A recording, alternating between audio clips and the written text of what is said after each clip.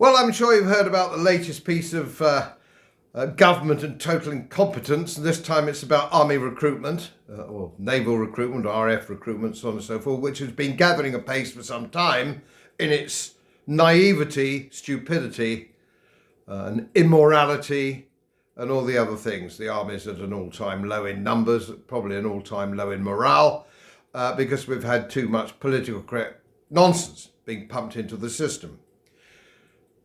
Now, let me take you back, if I may, might amuse you, to 1967 when I left school with 5 O-levels, but actually got you into any profession you want because that was your base camp for your professional exams in the main. And as a young man, I thought I might fancy being a regular army officer. So I did the commissioning board in Wiltshire, which I think I failed by a country mile, and they very kindly wrote to me a few weeks later to say, try again in a few years. By which time I got my feet under the table in the city. Now, in the city in those days, in 1967, 68, 69, all the directors of whichever company or brokerage house you worked for were World War II army officers or officers. Your middle management were national service officers. And to be considered a proper chap, you had to have a number of box ticks. One was you had to play rugby football. Well, that was all right because I did. It wasn't very good, but I did. And the other one was some form of military connection. The short service commission was good. Various other things were good. Territorial service was good.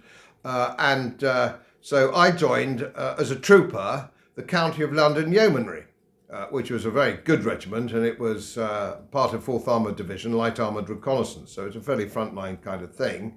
County of London Yeomanry. I'm sporting the tie. I dug it out of a drawer for this little clip. And I decided then to go for a commission. Again, a bit older, a little bit wiser perhaps.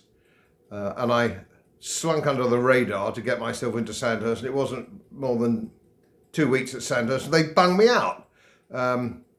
They said I had too much to say. I can't believe that. I'm sure you can't believe that. Anyway, I sneaked back in under the fence a year later it was, and eventually got my commission. But the point I'm making is there was no question of lowering the bar. You know, you either got in or you didn't get on meritocracy. It was the same in getting to the corporal's mess or the sergeant's mess. It was on merit in those days, basically. Not 100%, it never is, but basically it's on merit. And it was the same if you climbed the greasy promotional pole. Things have changed now. The majority of army officers have a university degree, which I can assure you is a disadvantage. You have already had your mind interfered with for 3 years at a university. You are woke or a sleeping woke. And that's one of the problems that we have now.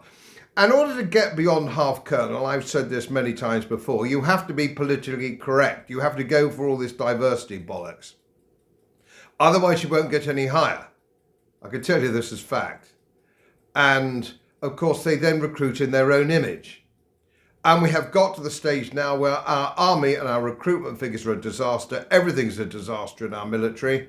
And we've brought it upon ourselves.